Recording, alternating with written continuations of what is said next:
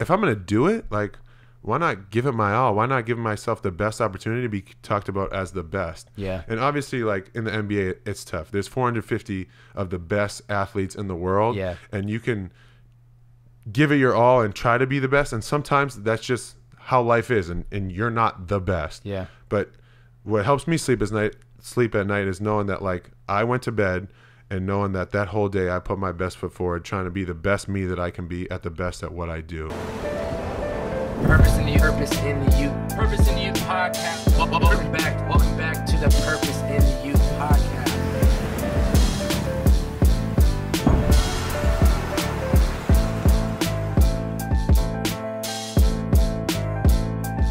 Ladies and gentlemen, welcome back to the Purpose in the Youth podcast with your favorite bearded man, the one, the only Bobbbaaaay. Ladies and gentlemen, welcome back to the Purpose in the Youth podcast with your favorite bearded man, the one, the only Bobbbaaaay. We're here in downtown LA. Sitting across from me, forward, standing at 6'8", from Massachusetts. We brought the Massachusetts plate, Massachusetts' own George Niang, brother. What's up, man? What's going on, man? Thanks for having me, man. Dude, I really absolute appreciate pleasure, this. man. Thank you for taking the time to do this. Yeah, no, for sure. Yo, I It's got gonna be fun. so fired up just seeing in your IG bio, Massachusetts born, like just bold print, so loud, just you were so proud to be from Massachusetts, it seemed like. Yeah, I think, you being from Massachusetts, everybody knows when you're born and raised there, that's something that you take pride in and definitely want to show it off when you can. So why not right on? I joke with the people in LA. page. I always, because I didn't tell you this beforehand, but I'm an Uber driver full time. That's how I fund the bills. And so my like icebreakers, when they talk about where you from, I say, oh, Massachusetts. I go, do you know what they call Massachusetts drivers? They're like, what? I go, massholes. They like love it. They eat it up. So it's kind of like the inside joke that I have with a lot of the writers. But you're, as we were talking about before the podcast even started, like you're in the NBA right now. You're playing for the Utah Jazz. This is literally probably the biggest dream you ever had in your life. Yeah. Looking back at everything leading up to where you are today, what do you think has been one of the biggest sacrifices that you've had to make in order to be at this point in your career? Man, it has to be time. Yeah. I mean, when you think about it, like I've been playing basketball for a long time. Since 25 right now, right? Yeah. So we're I'd same probably age. say like 6 or 7. And when you first start, like 6 or 7, it's just for the love, the fun. You just enjoy how the ball goes in the hoop and how you can put the ball off the backboard or stopping someone on defense or just the camaraderie of being around your friends. Yeah.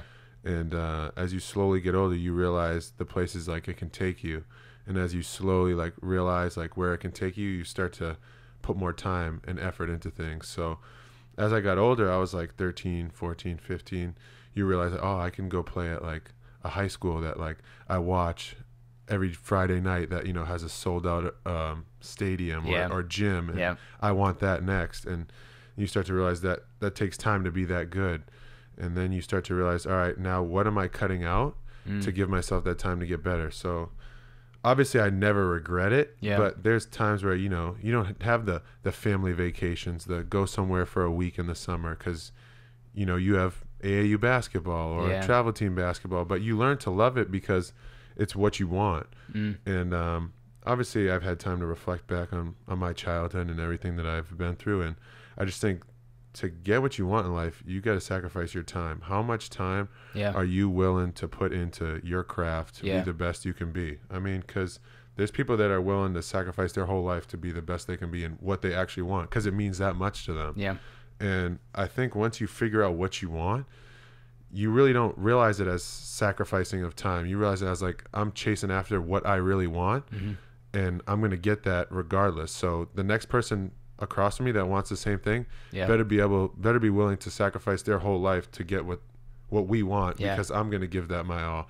And I think sometimes people get confused and they say, I want this. Well, do you want this or do you want this because America says or society says that you should want this? And I think when you finally find what you actually want deep down in your passion, there's no sacrifice. It's just, this is what I want and I'm willing to do whatever it takes. And I think in the early years as kids, we dream about like, it'd be so cool to play in the NBA or the NFL or the majors, MLB. Do you remember like a distinct moment where you told yourself, I want to go to the NBA? It's funny. I mean, I don't think I've told this story to like people that I know, but I don't think I've ever told it like on air. Here it comes. Here we go. Yeah. So I had a soccer coach that when I was younger, we all played soccer together, and all the kids eventually started playing basketball together. Like the soccer team, the Metheun travel soccer team ended up being like the Metheun travel basketball team. Mm-hmm. That's just how it went down. And this coach was real influential in my life. Always let me come over to his son's house. We'd always hang out, go to dinners and different things like that. Like always trying to be influential in bettering us kids in our childhood. And so we were riding around in his little green minivan. And, every parent, when they have kids in the car, wants to start like a conversation that's not constructive but is meaningful. Yeah. So he was like, what do you guys want to be when you grow up? When I'm sitting in the back right behind him, I remember this. And someone was sitting in the front, and I don't know, people are rifling off answers like a policeman, firefighter, electrician, and gets to me, and I'm like, I want to be a NBA basketball player.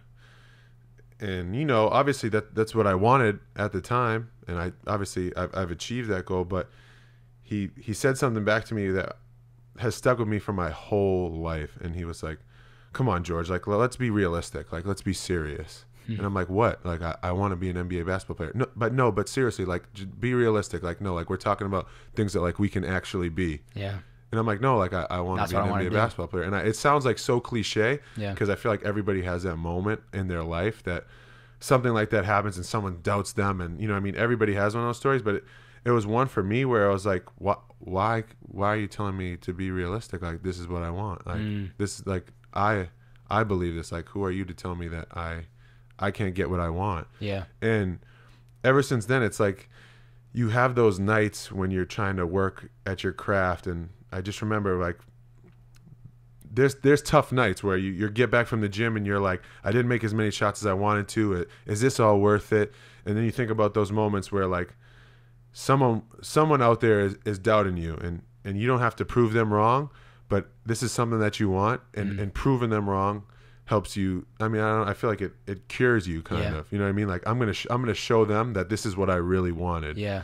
And so I just always think back to that of like, no, there's not enough. Like you need to keep going, because this is what you really wanted, and people have been doubting you your whole life, and that's not. It's almost like a moment you needed to like, because there's some people I think would go down the path of maybe I shouldn't do this, like question their own thinking of like maybe I don't have what it takes. But for you, it sounds like, oh, this is actually, I'm going to use this as motivation. I'm going to remember this conversation as we're here today, years and years later, of like, I'll never forget it. That was the point of like, I'm actually going to do this shit, and I'm going to remember this. No. Even if it wasn't like, you can't do this shit, you're not like the best, like not like harshly trying to be an ass about it, but at the same time, it's like using that as a motivation of like, I'm never going to forget this. I know what I'm capable of. I have the vision. I'm going to make it to the NBA, and I'm going to do whatever it takes to get there. Yeah, no, 100%. And just that moment in and of itself, I think was like the blossoming of who I wanted to be. You know, obviously you have an end goal, right? I wanted to be an NBA player, but I think people get the process, you know what I mean, misconstrued. Like you're thinking about, all right, I'm 13, 14 or whatever, 10 or 11, and I want to be an NBA player. Well, think about how much time there is from then to be an NBA player. So I think the best thing that I ever could have done was taking it step by step. Like when I first was going to high school, I was like, I want to play on the varsity as a freshman. Mm-hmm. And then once I made varsity, didn't play, I'm like, all right, next year I want to play and contribute. After that, it's like, all right, I want people to look at me and respect me and have college looks. And after that, it's like, I want to play Division I. Then after that, it was like, I want to play high major Division I.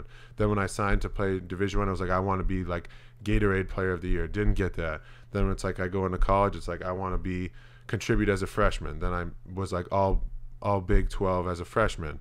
And then after that, it's like I want to be All-American. Was an All-American. Then after that, it's like I want to be Conference Player of the Year. Didn't get that. Then it's like, okay, I want to be an NBA player. Then you know what I mean? You just it's just baby steps. Yeah, baby steps. And what people forget is like, obviously in my mind I had like where I wanted to end up, but I wasn't like 14 being like, I gotta be there tomorrow. I gotta be there tomorrow. Like this stuff takes time. Like I don't think, like when I talk about like sacrifice of time, like you have to put so much time into what you want to be and how good you want to be at it. People don't understand that. That's why, like, mediocrity is kind of like accepted because it's like, oh, you tried. Oh, yeah, good job. good job. You know? Good job. When it's like, if you really want something, like you're going to put everything into it. And you know what I mean? And some people are like, no, that's not what I want to do. Well, that's not what you want to do. Like, that wasn't your purpose. You know what I mean? Maybe you're nothing against like a librarian, but maybe that's what you want to be. Yeah. You know what I mean? Maybe you just want to be a mediocre librarian. Maybe you want to be a mediocre accountant. Maybe you want to be a mediocre lawyer. But there's some people like, no, like I was brought into this world because like I'm going to do this and I want to do this and this is my passion. Yeah. And that's the problem is like mediocrity is just okay and people can get by life in that. But like, do you want to live a half-assed life? Like, how real is that? Like, you're living a half-assed life. That's not me. You know what I mean? Yeah. Like, if I'm gonna do it, like, why not give it my all? Why not give myself the best opportunity to be talked about as the best? Yeah. And obviously, like in the NBA, it's tough. There's 450 of the best athletes in the world. Yeah. And you can give it your all and try to be the best. And sometimes that's just how life is, and you're not the best. Yeah. But what helps me sleep at night is knowing that like I went to bed. And knowing that whole day I put my best foot forward, trying to be the best me that I can be at the best at what I do. Yeah. And that's Dude, good enough for me. And also I want to acknowledge the fact that you're the first athlete I've ever had on the podcast, and you happen to be a professional in the NBA. Like, think about that number. There's 450 athletes that are in the NBA. Yeah. Like, that number, bro, that's crazy. You know what I mean? So I'm all giddy over here because it's like that is such an accomplishment in itself. But as you're talking about earlier, like when you're in high school, it's one step and forward to the other. I'm sure as it gets, even when I was talking to you before we got up here, of like, how does it feel? Like, you're in the jumper right now, like you're part of the professional, and like you said, it's like it just becomes part of your life, and now it's about becoming the best of that 450. Right. But I'm curious, like, kind of thinking back on childhood, growing up in Lawrence, Massachusetts, like, how does this environment help shape you and set you like on this mindset to get you to where you are today? You know, obviously I don't want to brag about, you know, the hometown or where Come on, drop some gems on Lawrence, Mass, baby. Where we come from. But I think the biggest thing that motivated me was obviously one was proving people wrong and proving to myself that I can do this. But I think the biggest thing for me is when I was growing up, there was never like a professional athlete from like my area or where I was like, yeah, I want to be like that. You know what I mean? I want to. He's playing in the NBA. Chris Hamwood would have been the closest thing, right? You know, it's South like, Shore, I think. And he was kind of like far enough away where it's like you knew about him, but you didn't really know. There wasn't like a personal connection. Like, there's never someone that was like NBA player from Metheun, Massachusetts, or Lawrence, Massachusetts, where it was like, oh, like he paved the way. Like he showed us kids that are brought up from Metheun, Lawrence, you know, all that area, that, you know, you can make it to the big leagues from where you're at. I mean, obviously there's like the Chris Peñas that have played in MLB and stuff like that. But I think for my path is what also motivated me was like, I want to be that guy and take that responsibility of being the kid that made it out of Metheun, Massachusetts, and made it to the big leagues and show them that it can be done. And I'm not saying like I came from poverty. I came from like sleeping on the floor in like a 2-bedroom apartment, because that's not what I came from. You know what I mean? I had a great childhood. My mom rarely ever told me no when it came to things for me. Not saying that I was spoiled, but she sacrificed so much of her money, her time, to make my life the best it could be. And giving back, I just want to show kids from my area that like this can happen. You can put your best foot forward in anything that you do, and it may not be the best basketball player, but you may be the best lawyer ever. You may be the best accountant. You may be the best financial advisor. You may be the next president. It's possible. But like I said about sacrificing time, is that this is not easy. And my mom always told me a saying. She was like, I mean, it's cliche too, but it's like, if it was easy, everybody would be doing it. Yeah. I mean, because something's not worth having if there's no struggle in it. And I think back of the tough times that I went through. Like, I've been cut from an NBA team. You know what I mean? I've had to ride on buses 6 hours in the G League to prove to people that I'm an NBA player. I've been there. And I think sometimes we get confused that, you know, success isn't a place, it's the journey. I mean, that makes you feel the greatest. Like, you don't want to get to something that you put so much time in and not have enjoyed the journey. Because let me tell you, the moment of you reaching that point that you wanted, that's not the best part. The best part is looking back and remembering all the tough times, all the great times, all the smiles, the laughs, the crying, the blood, the sweat, the tears. That's what you remember. And I feel like as I get older, I kind of just like replenish that in my mind and just realize like that's what it's about. Like the beauty is in the struggle. Yeah.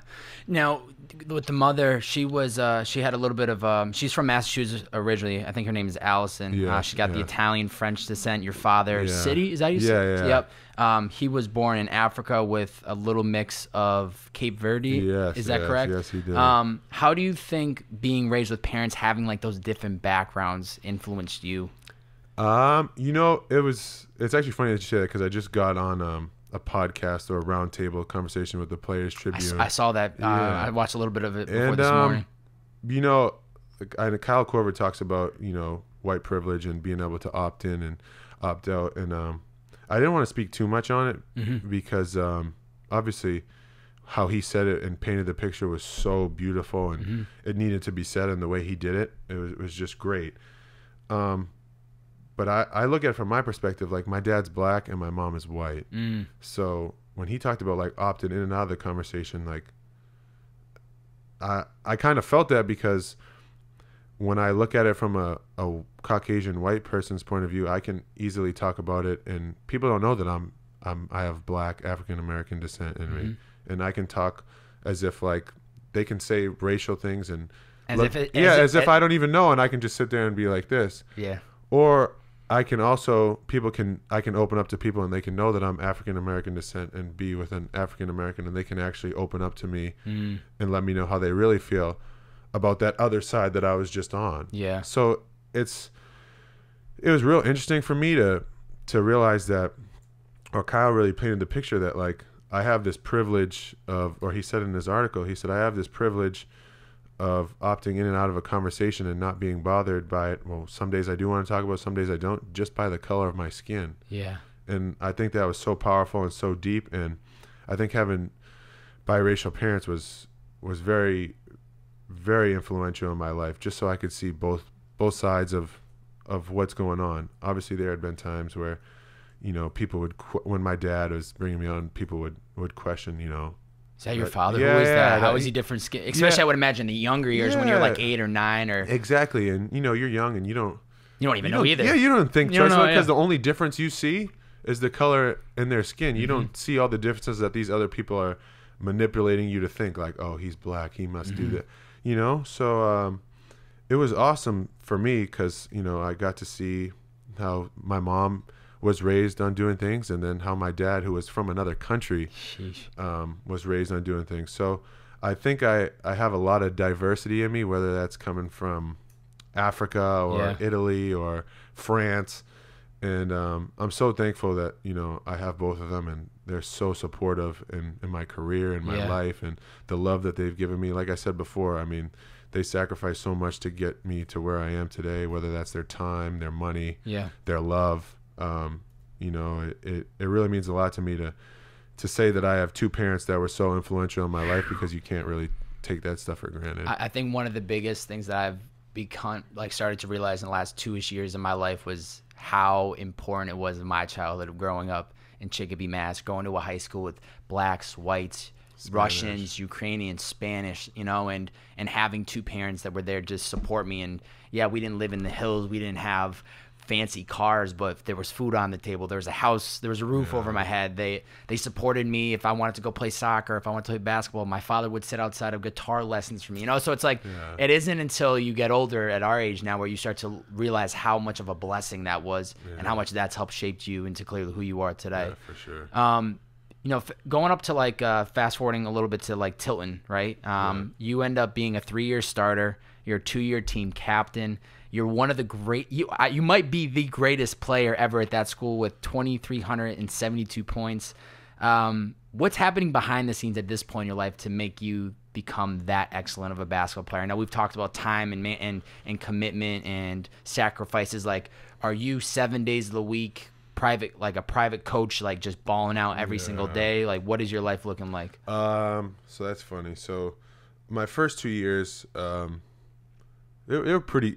My freshman year, I didn't play. My sophomore year, we won a national championship, but people don't remember because these guys aren't playing basketball anymore. But like, I had Alex Oriaki, Jamal Coombs. They went on to play at UConn. Gerard Coleman, who went to play at Providence and Gonzaga, and so there's just so many like high major. Titlon, man, y'all were. I remember being on the other side of Massachusetts and still seeing you guys up in New Hampshire. I'm like, yo, you guys would come out to Springfield College for the Basketball Hall of Fame games or whatever that Hoop Hall Classic. Yeah. And so obviously there were a ton of talented guys around me, and obviously when you're around talented guys, you don't want to be like the outlier. Like, you want to fit in, so you're obviously going to try to do the best you can do to fit in. And after that year, those guys were leaving, going off to college, and obviously my dreams started to become like, all right, I want to be a Division I basketball player. Like, I got a taste. Like, I played a little bit in high school. Like, I want to see where this takes me. So I was introduced to a coach that I still work with today, Noah LaRoche. He's from Exeter, New Hampshire, and so my head basketball coach, Marcus O'Neill, had brought him on as an assistant, and he lives in Exeter, New Hampshire, and was basically just like, hey, if you want to work on this summer, like, he runs this program called Integrity Hoops out of Exeter, New Hampshire. So in the summers, my mom used to drive me up on a Monday, and I used to stay at Noah's house till like Saturday morning. Wow. And the whole you were locked in for that whole summer. 6 days. And like, I didn't really think about it till like 2 years ago, because like when I was doing it, it was like what I wanted to do. Like, I loved doing it. Like, we'd work out in the morning, we'd lift, we'd run, we'd eat lunch together. It was like he was my trainer and like one of my best buddies, and I could talk to him about anything. And so for like the summer, I would just do that. And if I had AAU, then I'd just go on the AAU trips. But before that, she'd drop me off on a Monday, pick me up on a Saturday morning, or I'd take the train. Like, if people know the Amtrak train that runs from Haverhill, Massachusetts to Exeter or Dover, New Hampshire, or one of those, and I'd take the train up, and sometimes Noah would give me a ride home, or I'd take the train. And like, I didn't think about it till a couple of years ago, where it was like, man, like I was doing that, and like, that's a lot. Like, people would think that's a lot, but in my mind, it was like, I'm doing like what I love. Like, it was like basketball was like an addiction, and I couldn't break it. Yeah. And like, I just wanted to continue to.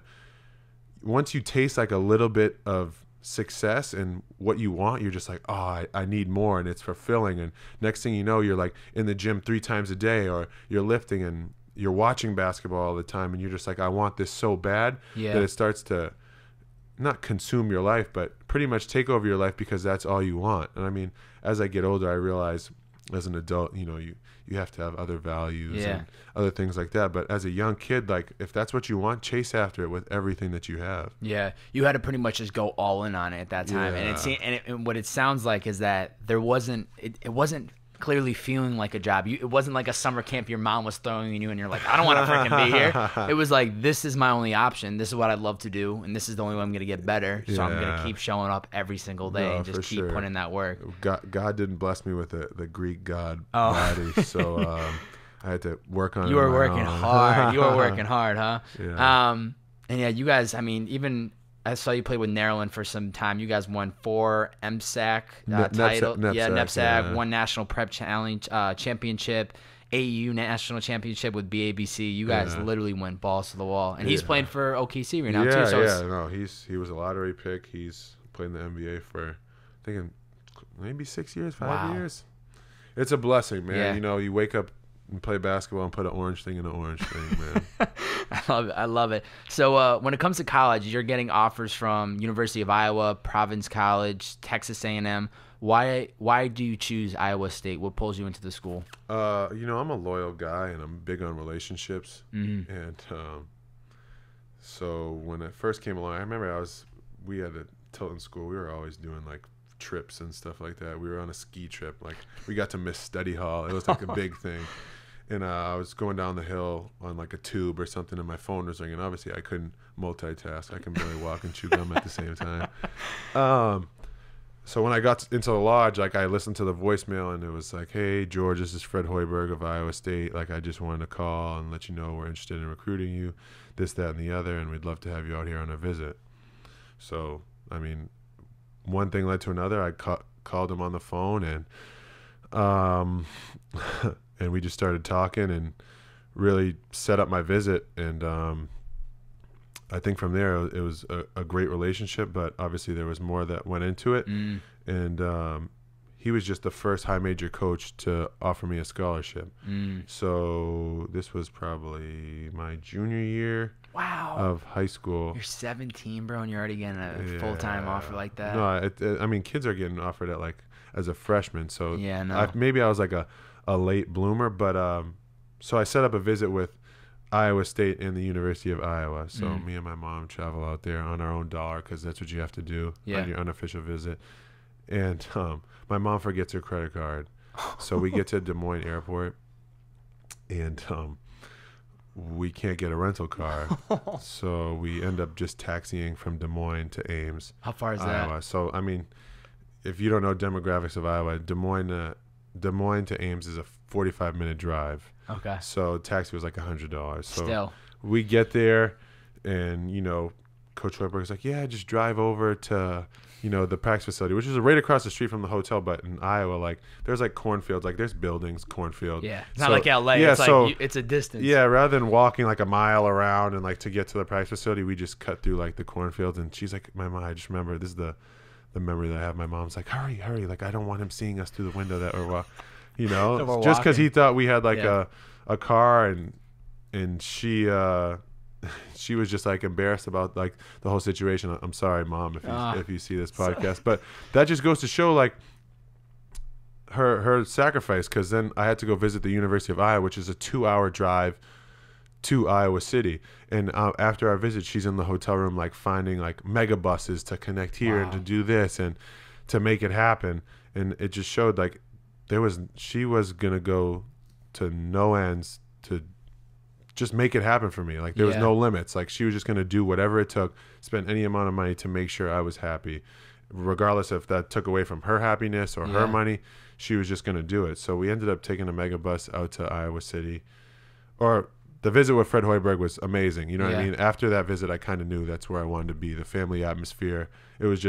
It was great. I mean, especially if he's one of the first major coaches to reach out to you. You appreciate that. It's like somebody actually believes in me. It's not like I have all these coaches hitting me up, but it's like if you were the first one to hit me up, you're going to stand out a little bit more to me just knowing that you went out and reached out before anyone else really cared to show love. Yeah, exactly. I mean, I feel like I'm breaking off from your question, but and he basically sat me down and was basically like, hey, like, you're my plan A. I don't want to have a plan B. Wow. You know what I mean? You're my guy. I'm not going to promise you anything. You have to come in and earn that. And that stuck out to me because, you know, when people are saying that they want you, they'll say anything. Yeah, you know of what course. I mean? It's like, come here. We'll give you everything you ever asked for. It's like to the pretty girl, you're so beautiful. I mean, I seem beautiful, but you're the one. You're the most beautiful one of them all. No, and so when he did that, that really meant a lot to me, and it really made me realize, like, all right, this guy's serious about this, you know. And that's when I kind of figured, like, you know, this is probably going to be the guy that's going to coach me in my career. And obviously ended up doing that. But back to the story, we take a mega bus to Iowa City,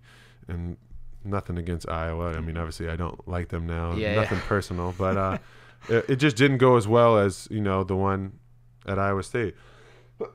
And so, all right, all that happens. My mom is like, all right, we're getting a car service. We're taking it to Des Moines, and we're flying out of here. And then in my head, I'm like, maybe God just doesn't want me to come to Iowa. Like, maybe this is a sign. Maybe I shouldn't be here. Yeah. So, sorry. Then we take this car service, and this guy picks us up. He's like, hey, do you want me to pick you up in the Lincoln or like the Cadillac? So he picks us up in this Lincoln that was like full of trash. He was like a hoarder.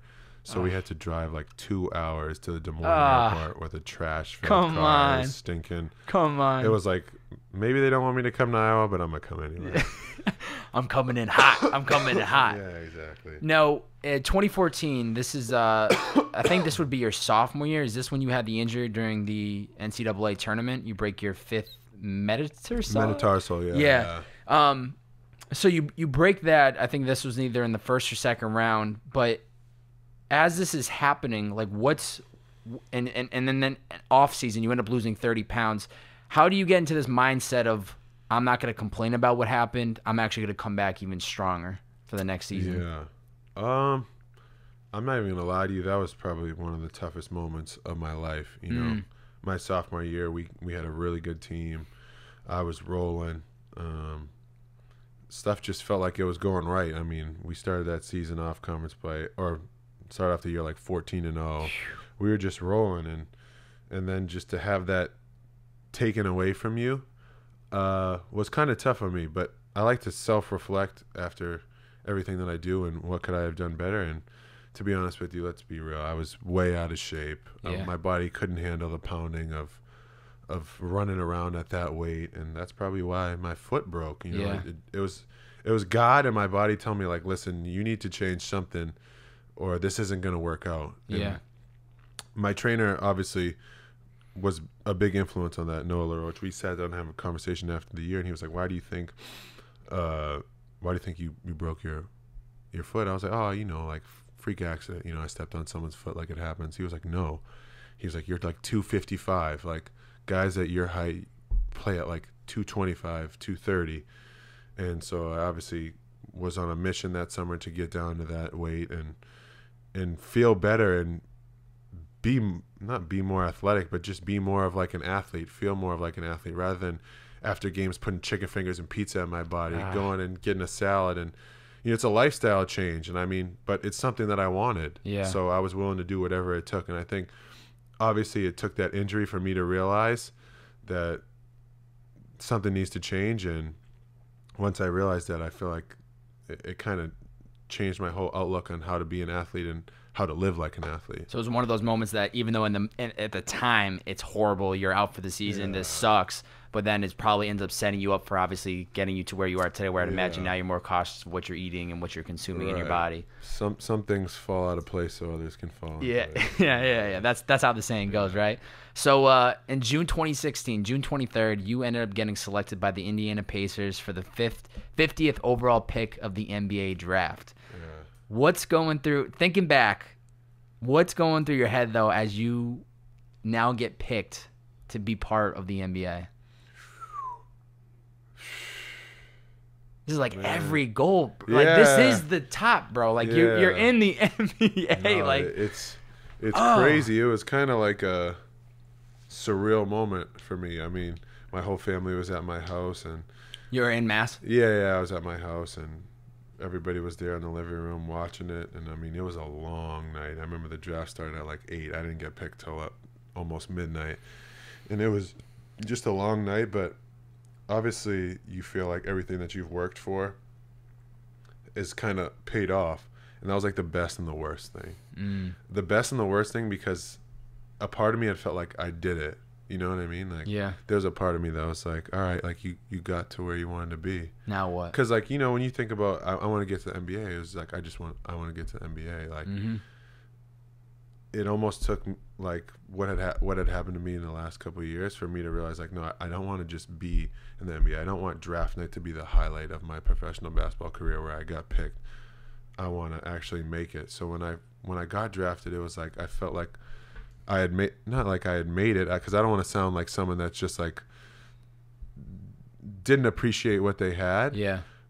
But I almost didn't appreciate what I had. Like, I took for granted like being drafted. I took for granted that, you know, working as hard as I could. So that year in Indiana, the only thing I regret is like I wish I put like a little more work in outside of practice and things like that, because I didn't know any better. I mean, college, everything's scheduled for you. Like, everything's regimented. Like, you wake up, you go to study hall, you go to lift, you go to workouts, you go to class, and you can get your workouts in extra workouts in between this time.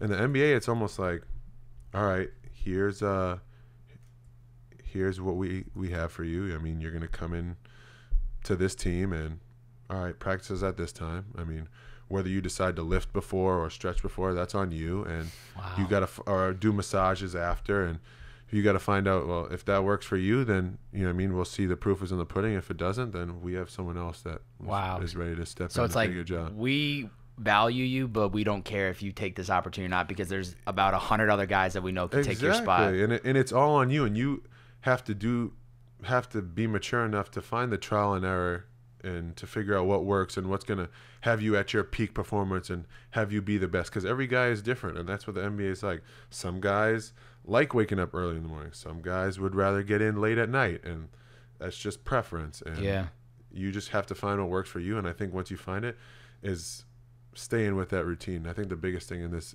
league that I've learned is having a routine and sticking to that. What have you found to be the best routine for you then?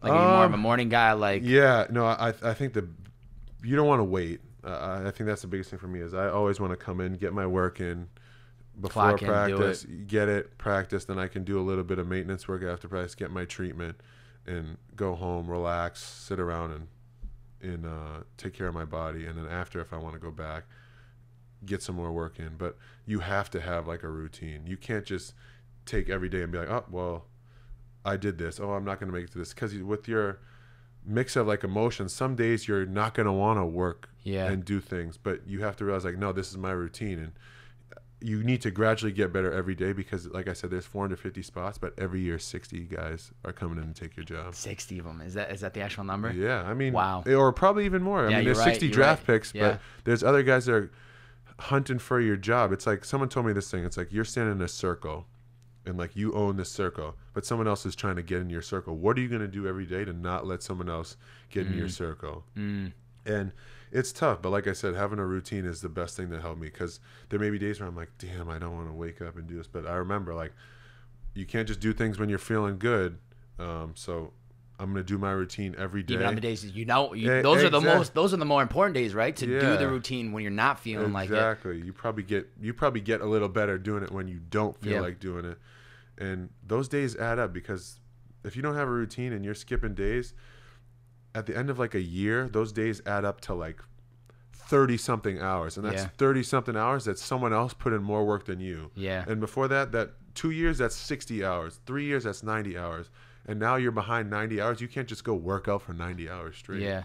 Outside of like the actual professional organizations, at least since you've been in the NBA, like, do you have certain people that check in with you that are making sure that you're mentally stable, that you're physically on point? Because obviously you have coaches right now with the Jazz, like they're there to coach you, make sure you're good. But do you have people outside of the organization that are your go-tos that kind of are checking on you? Yeah, obviously your family members can help out with that. I'm not saying that you don't need to find like professional, but obviously I talk to like mental life coaches, physical therapists on things that I can continuously be better at. But that's the thing about being proactive about your life, like finding what fits for you. Because some guys, they don't need that.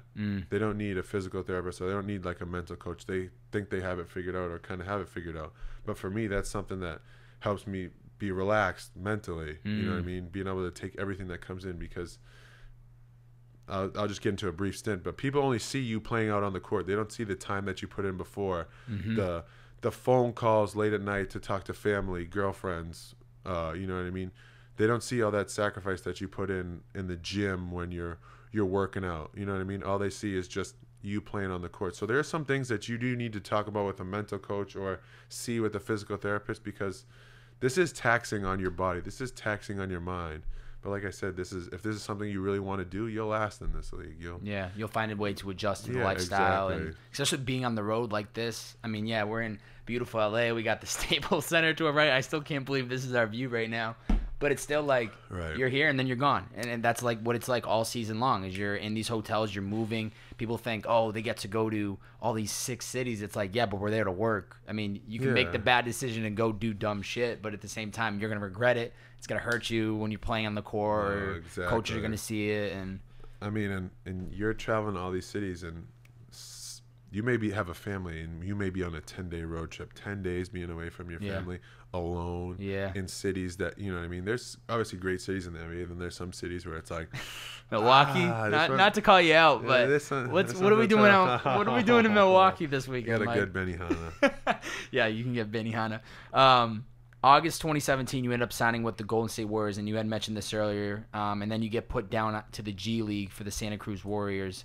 But kind of like going back, you were just talking about how, like, even in that point when you're now in the G League, you're supposed to be in the NBA. Like, How do you keep yourself up? How do you keep that confidence that you got a taste of being in the NBA? Now you're in the G League. Now I have to work my way back up again. Yeah. Like I said, I think that's when the routine thing really hit me. Like, obviously, nobody wants to be in the G League. Like, it's tough living. You know what I mean? You bus to a lot of places. I mean, Santa Cruz, the Warriors that I was with, they treated us tremendously, so I was really lucky. But obviously, there are days where you're like, dang, like, I don't want to be here. And there was one day where I just sat back and like, you know what, George, like, it's not the worst thing for you to get down here and to be able to play. You know, just play the game that you love and just have fun doing it again. Like, don't think of it as a job, and come in and have fun, but obviously put your best foot forward. And that's when I started having a routine. Like, every day before practice, I would do this shooting routine with one of our coaches, and it just started to be like repetitive. You know what I mean? I continue to do it, but I saw so much improvement in my game just by doing one thing, and that was getting in the gym before practice. Like, even if I didn't feel like it, I got in the gym before practice. Even if I didn't feel like it, I was going to lift before practice. And it was just one of those things where, like, next thing you know, you're in the gym getting shots, you're lifting weights, you're doing practice, you go home, do it again. Next thing you know, days turn to weeks, weeks turn to months. Yeah. And you know what I mean? You're like, dang, like, I'm starting to improve. And it's just because you're getting up and doing a routine that helps you get better. And next thing you know, time has passed and you're not focusing on like, I need to get better. Why am I getting better? This is taking too long. You're just focusing on, all right, I got to get up at 9. I got to get these shots from 9 to 10 o'clock. From 10:15 to 11, I'm going to lift, and then I'm going to practice. And next thing you know, it just becomes like a habit, and you're just like, I don't even know like if I'm getting better, but I'm just doing this thing. And next thing you know, a moment happens where you're like, dang, like, I couldn't do that before, and now I can do it. Like, now I'm addicted. Now I need to keep going. And I think you just need to continue to build off that. Never question God's timing. It's perfect. I think what's very apparent to me is that you've been very good at almost being super present. Like, even in the beginning of the podcast, you said you started in, when you were a kid, and then you were looking at like high schools, and then you were trying to win those championships, and then you were trying to get into like D1 schools. Like, it sounds like something that you've been and I'm sure it's taken time to get to this point, but you're mentally like just very good at being present and worrying about what can I do today, and not worrying about how am I going to get to the NBA and next season. No. What am I going to do today that's going to help me set me up to become better and to get me back into that position, which I think is extremely important, and something that I think what holds people back sometimes is getting overwhelmed and anxious, thinking about all this shit. Personally, myself, how am I going to get to the big studio? How am I going to get to all these other positions in my life? And it's like, the only thing I can worry about is this conversation right now. Exactly. And then I'll worry about the next podcast or the next opportunity. Right. That was well said. Thank you. You painted that picture really well. Bro, I do. This is the shit that I talk about all day long. I mean, it's tough. I mean, you do, what is it, 100? Today was the 127th. 127th podcast, and like, that ain't nothing, dog. You're look at NBA. But I mean, you got to get some credit, because, like, I mean, for you to stay present in doing that, like 127 podcasts, think about how many hours of time you put into research them and what they've done, and then put it together to make it actually purposeful and meaningful. I mean, I was just sitting here thinking about that while you're saying that, just being present and taking all that in. That's something, man. I mean, obviously, I know you're passionate about it. I don't want to gas you up. Yeah, no. It's good. Podcast. I mean, like, the thing for me, just a little side note, and then we'll get back to Georgia's story. The thing for me is that when I launched this, I felt as if my back was against the wall, and this was my only option. So for me, it's just kind of been, I'm just going to make it work. Right. Almost kind of like the thing with the basketball. Moment. Here we go. That moment you had with the coach that was like, "What you want to go to the NBA?" Yeah. That's the same thing I had when I was about to graduate, and I'm telling people, I'm not getting a job. I'm starting a podcast. What do you mean? You're graduating business school and you're starting a podcast? Like, you're not getting a job? And all those people just like little just chips on my shoulder. I'm like, please keep sleeping on me. And now 2.5 years later, I'm starting to see love from the same people. People are like cheering me on. It's great what you're doing, and I'm man. like, yeah, that's right. We out here in LA looking down at the Staples Center. My God, man, I come a long way, bro. It's crazy. So that's my story for another day. Back to Georgia's story. Click. So the two-way contract with the Utah Jazz and the Salt Lake City Stars ends up turning into your now contract with the Jazz. Now, thinking back, at least in just the last couple years since entering the NBA, what do you think has changed the most about you outside of basketball? What's changed the most about you in the last 3-ish years? Ooh, that's a good one. I could rattle off a couple, but I think the biggest one for me is you start to realize what actually matters in life. You know what I mean? Because you got it now, right? Yeah, you're in the NBA. I'm just gonna say it. Please. You know what I mean? Please. Everybody's like, oh, the NBA, the women, the cars, the clothes, yeah. I mean, all that stuff's nice, but I mean, that stuff is gone as soon as what you do is gone, and you really start to value the important relationships that you have in your life and meaningful ones that you might have slipped up on when you first got here. You know what I mean? And it was important for me to continue to know who I am as I go through this journey in this league and never lose that and never lose my values and morals, because that stuff is tempting. You know what I mean? I mean, you see it every night. You see these people that don't like you for you. They like you for what you do and want a piece of that. And you kind of have to hold that near and dear to your heart and protect that with all you have. And I understand why guys act the way they do, where they're so standoffish, because, I mean, if you've been screwed over a couple times, it kind of takes a toll on you. So, you know, I think I really value the time that I have with my family, my friends, the laughs, the jokes, the cries, the hard times, the great times.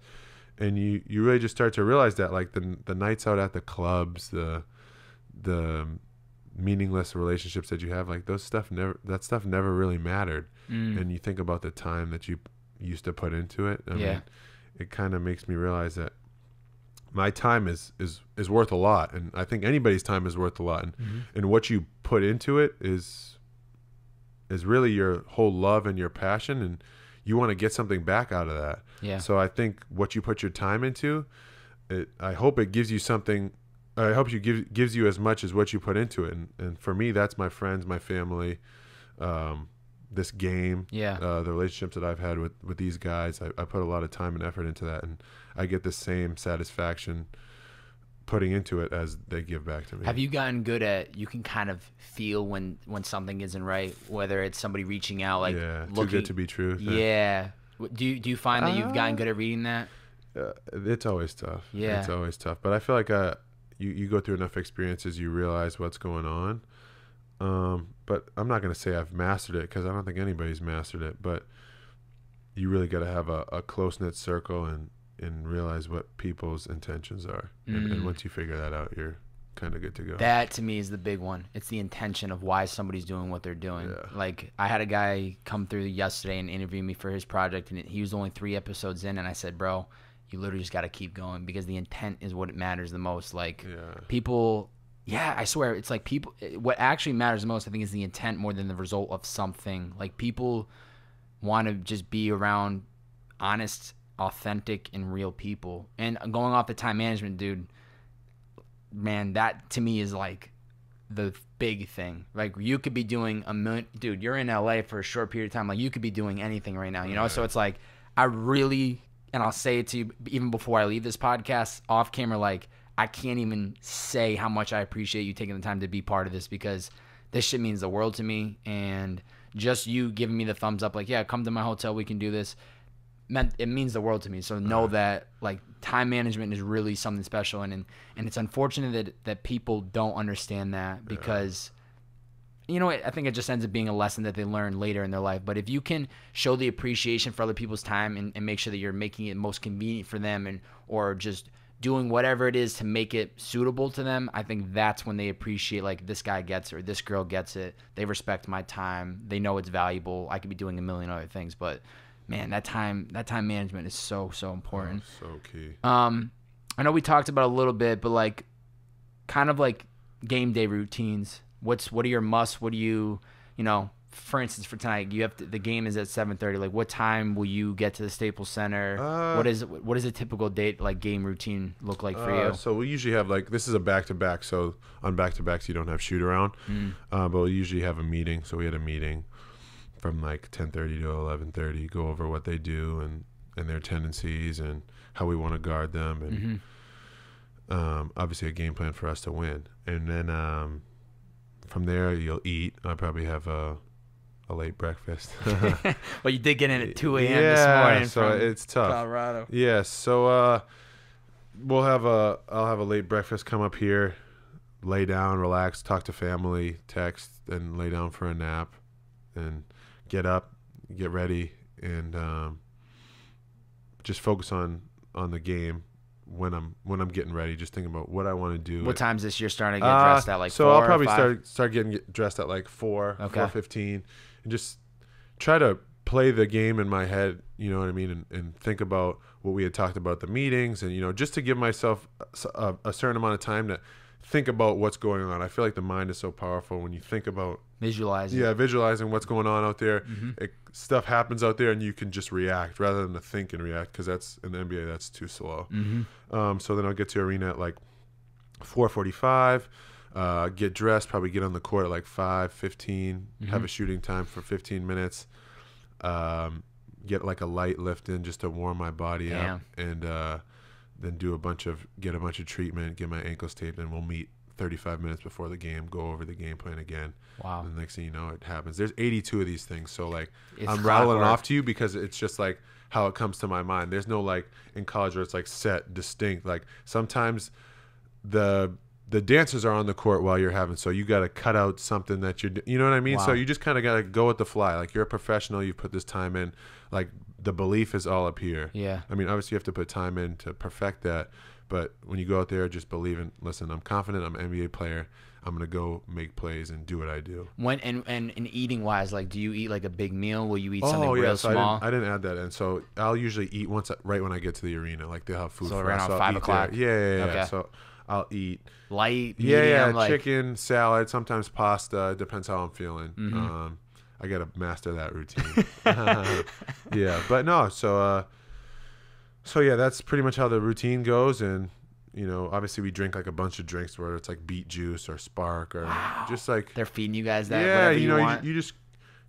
I know At this level, the advantage is like this much. Like everybody was the best player on their high school team, the best player in their college team. So it's like the advantage is like this much. So you kind of want to take that everywhere you can go. Like if someone's not getting enough sleep, it's like you want to get enough sleep. If someone's not drinking this drink that helps you have more oxygen in your system, you want to drink that drink. I mean, it's all the little details. Yeah, though. That's what I yeah. think that ends up adding up and helping the actual player. Though. Exactly. And you said sometimes you'll get like a little lift. Are all these stadiums? This might be a dumb question, but like, do you guys all have your own private gym inside? No, sometimes the equipment staff will just bring like they'll bring a couple weights. Yeah, in. these weights and bands, and you just kind of make it work. I mean, whatever works for you. Like I said, you got to find what works for you, and that's what works for me, getting my body warm, because I joke around with the Utah Jazz that like I wasn't gifted with a Ferrari. This is a minivan. It takes me a long time to get from 0 to 60. So I got to warm this baby up. I like that. What was that feeling of walking into the TD Garden for the first time, because you're a Celtics fan? Oh, that was huge. I mean, growing up, I've always loved Boston sports. So to be able to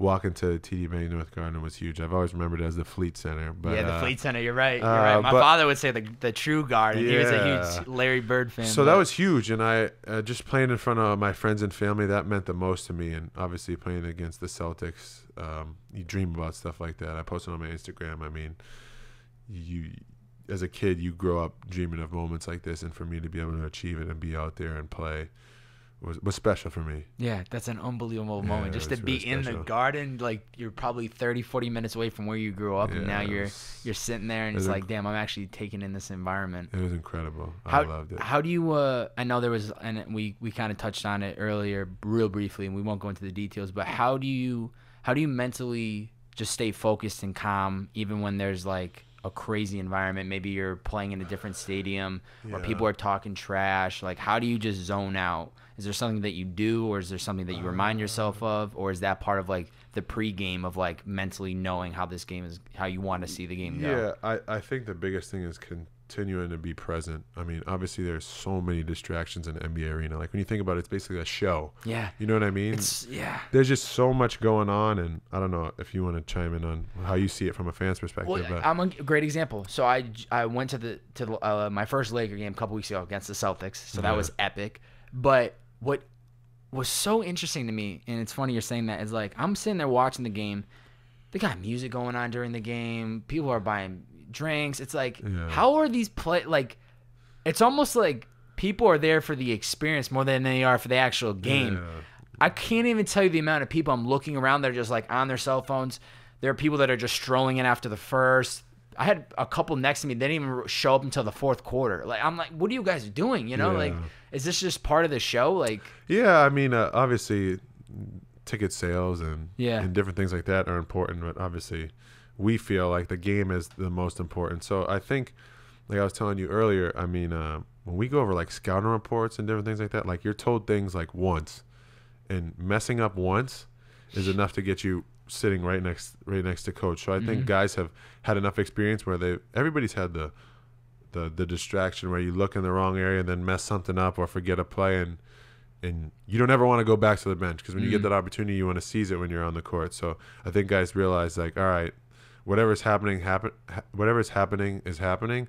I just need to be present, focus on what I was told earlier and what is the coverage for this. And there's just so much stuff going on that you eventually start to realize, like, all right, I need to just focus my energy on what's going on right here. And once you master that, I mean, guys are second nature. Like, guys like LeBron don't even. oh my God. I mean, he can show off and do it. You know what I mean? He's mastered it that well. He's a savage. I think I heard recently he spends like $2 million on just massages and all that extra health stuff. That's but smart.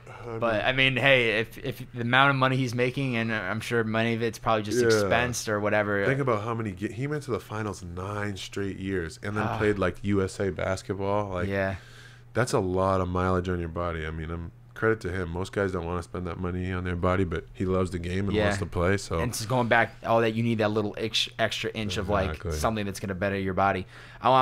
You're 25 years young today. What's the one advice you'd want to give to the young George walking into his freshman year at Tilton, knowing what you know now?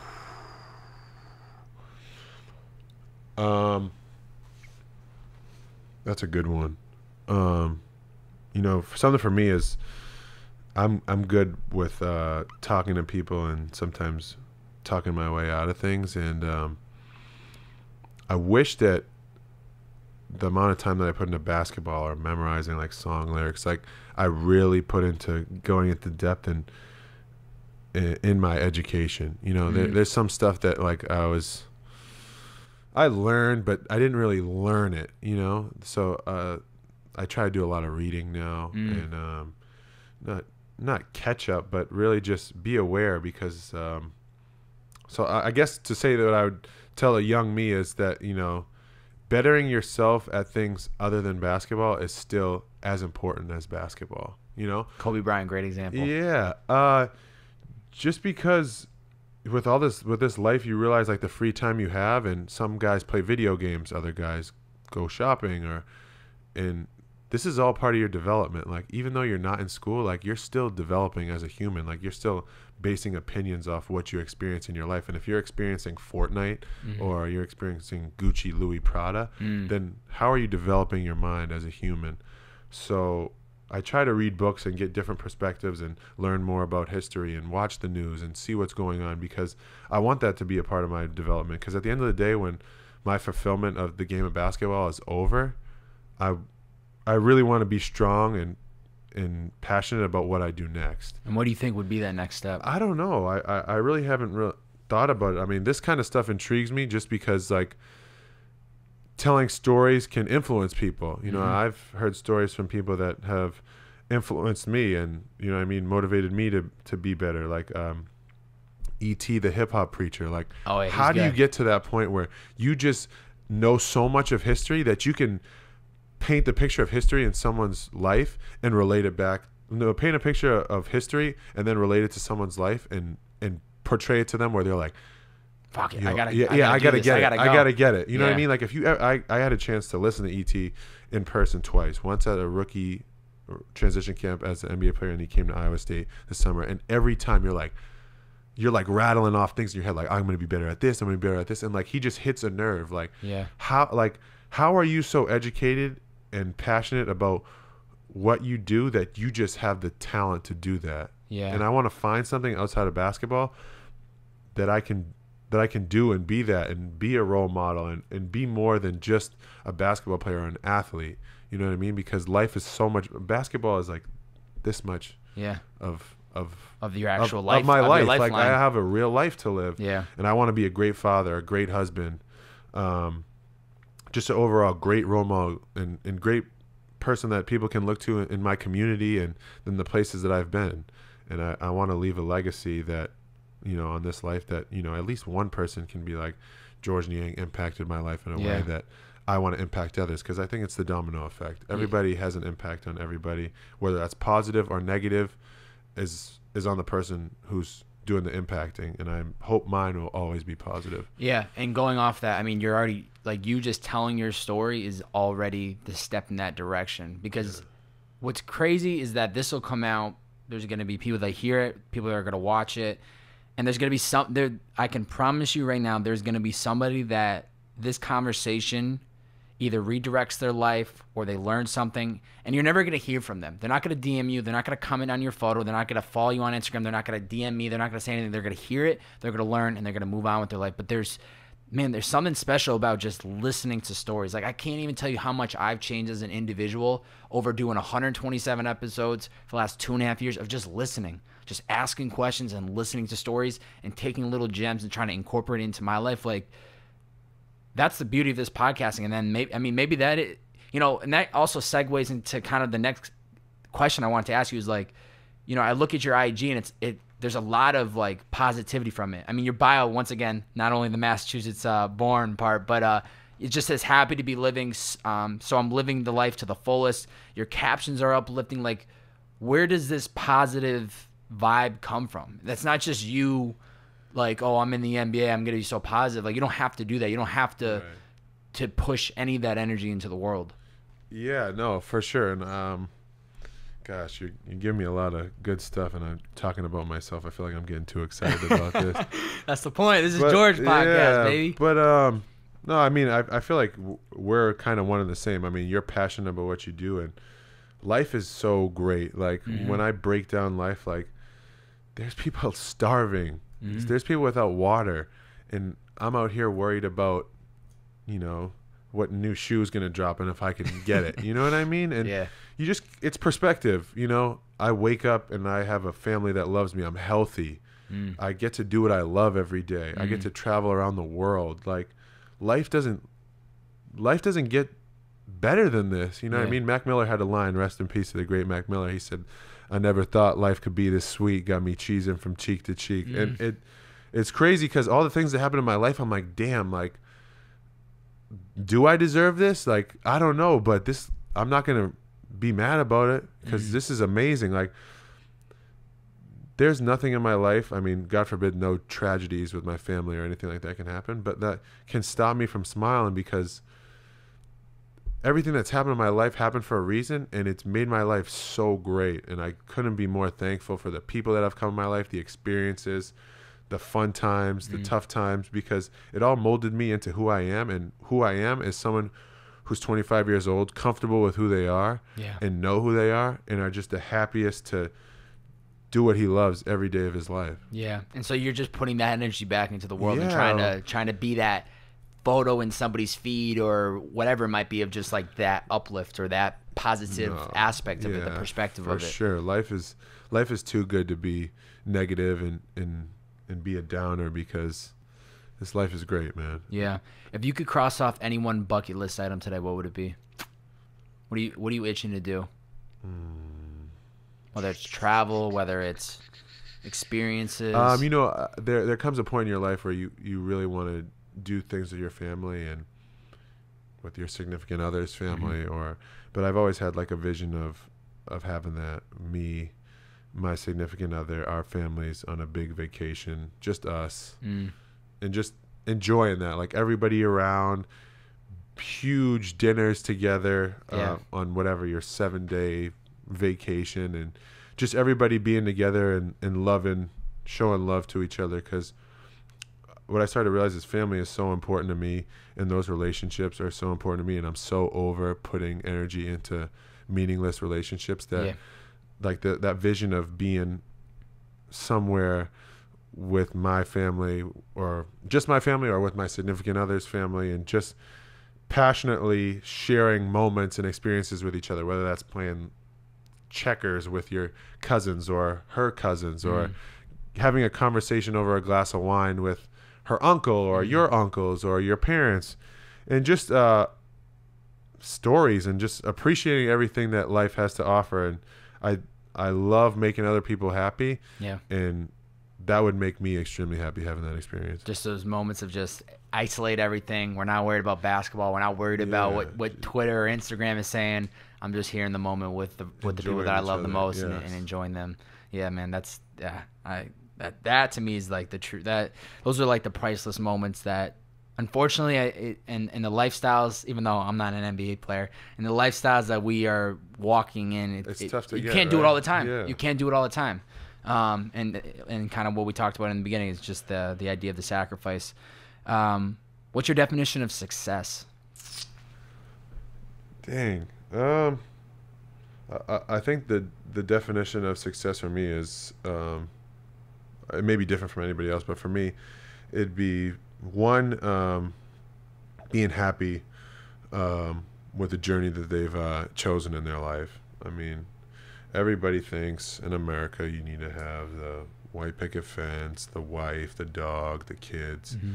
And that's not for everybody. Some people are better off, or introverts, better off being alone and working for a tech company and helping people there. But I think success is choosing a journey or choosing a path that you're passionate about, and realizing that's what you're actually passionate about, and dedicating your time and effort into that, and hopefully that contributes to others. You don't want to be in this life selfishly only doing things for yourself. I think if you can possibly do things that affect other people in a positive way, that's success in itself. Yeah, I agree. And I think what is tough sometimes is you see other people doing certain things and you're like, how could you ever be complacent or be happy to just be there? But one thing I'm getting better is realizing I can't tell anybody how to live their life. The best thing that I can do is show you how I decide to live mine. So I just document it. I put it out there to the world, and it's like, if it inspires you or you learn, awesome. But I'm not going to be the person to say, like, go change your life, go do this. If you ask for my advice, I'll give it to you. But I think in the beginning stages of doing this podcast, I was like trying to be that like guy, like, yo, you don't need to do the job, you don't need to do this, and I don't need to even do that. The best thing I need to do is put all that energy into myself and show people the process that I'm going through. What do you think? What do you think George's purpose is? I honestly think my purpose is to be an influencer. You know, with my journey, my story, my path, influence people in a positive way. To never give up. I mean, obviously, there's other stories out there that are way harder or tougher than mine, but for kids in my position, for people in my position, you know, always have a positive outlook on life. Always have a positive outlook on your situation. And put your best foot forward.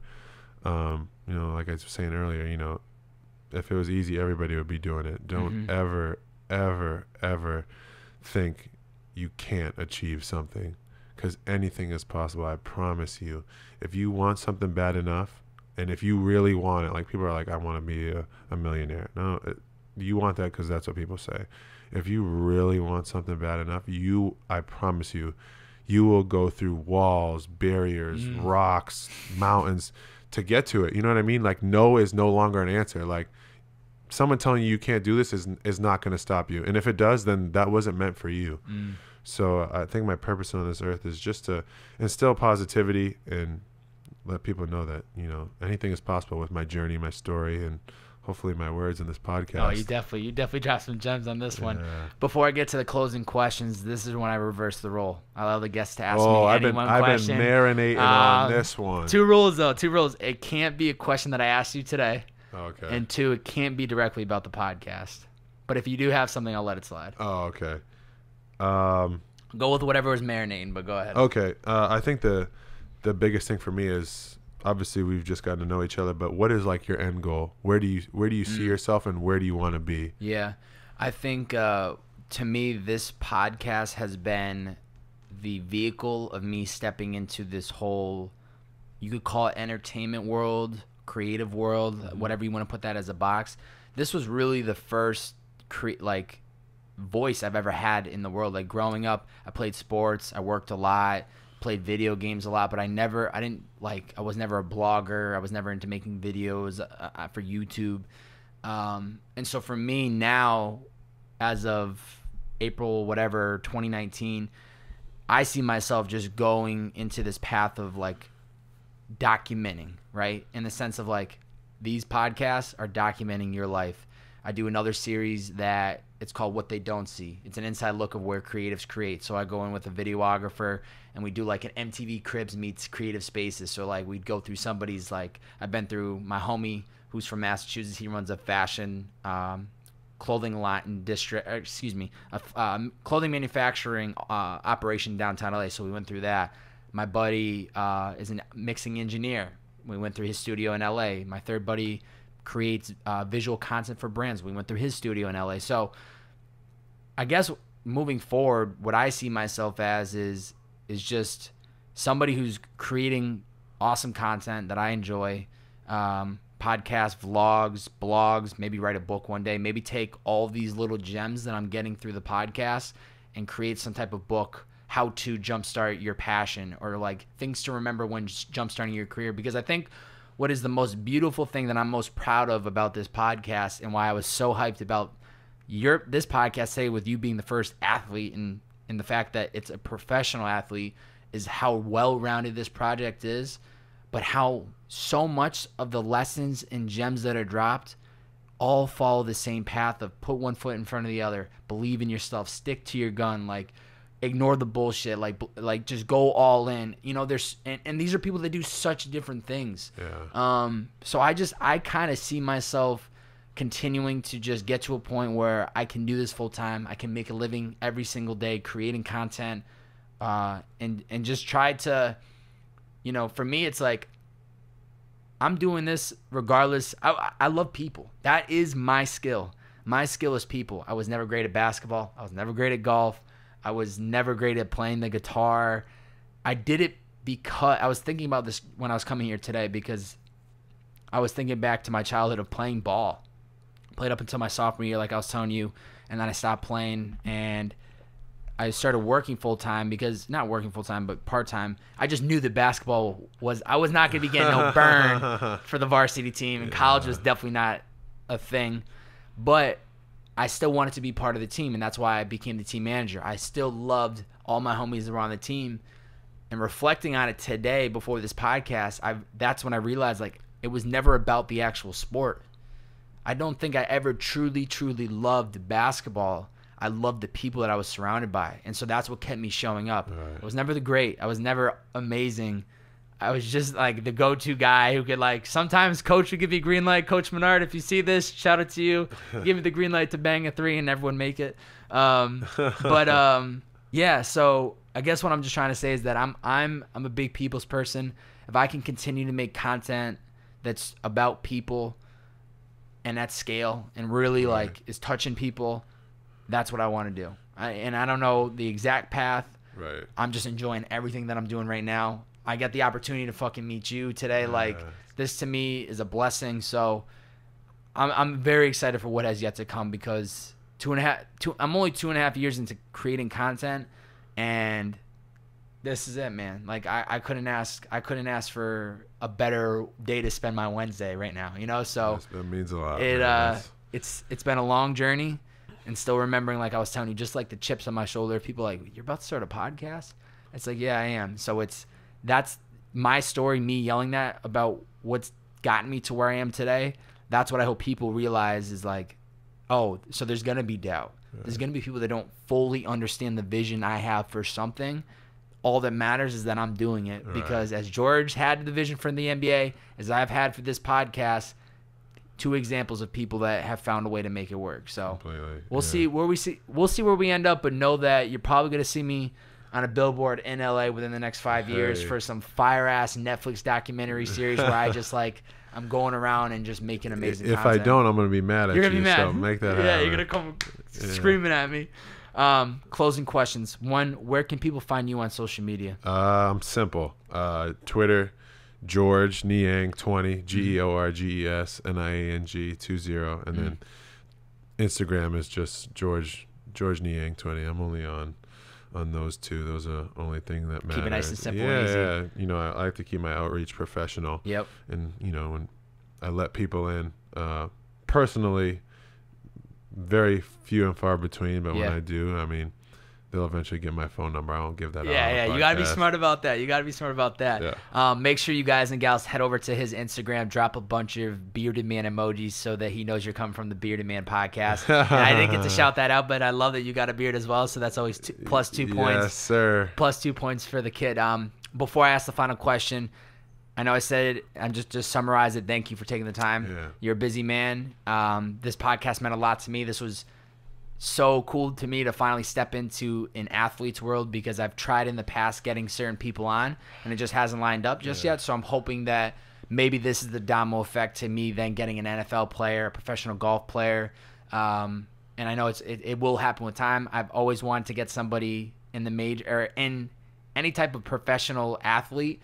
And the fact that you are the first one, you're from Massachusetts, you're from the same age, it's just a reminder to me that, you know, I don't know what I believe in, but I'm a big believer of timing. And so I knew that one day I would get an athlete, and I couldn't be more happy to have you here today. So thank you for taking the time and sharing the story today. I appreciate that, man. No, it means a lot for you actually giving me the opportunity to do this. I mean, like you said, I have things I could be doing, but you also have things you could be doing. So I really appreciate it. The love is mutual, my friend. Yes, sir. Last question for you. For somebody that's listening, hasn't found out that passion just yet, is trying to figure out what their purpose is, what's the best 2 to 3 pieces of advice you'd give to them? You know, I think it's really just one thing. You know, trial and error. Don't ever stop trying to try new things and do new things. You'll eventually find your passion. You'll eventually find something that hits home and deep in your heart that you really love to do. So don't be that person that sits at home and has a negative attitude and is like, I don't know what I want. I don't know, you know. Yeah. Try new things. Like it's okay to go bowling or to go to a flower shop and pick out flowers. You know what I mean? Yeah. You don't know until you try. And I think the biggest thing is people are sitting at home waiting for God to just send a lightning rod down and hit you in the head and be like, this is what you're passionate about. No, nobody knows until you get out there. And you have this feeling when you know it's your passion. Like you have this feeling where it's like, it's all I want to do. It's who I want to be. Yeah. And your life revolves in that to make that work. But then you start to realize all the meaningful stuff that is important outside of that. So just continue to work and grind and really just try new things and always be yourself. Don't ever try to be something you're not, because then you'll never find your passion. Yeah. George Niang. Yes, sir. My man. Thank you so much, bro. Always, absolute pleasure. Always. We'll catch you guys next time. See ya.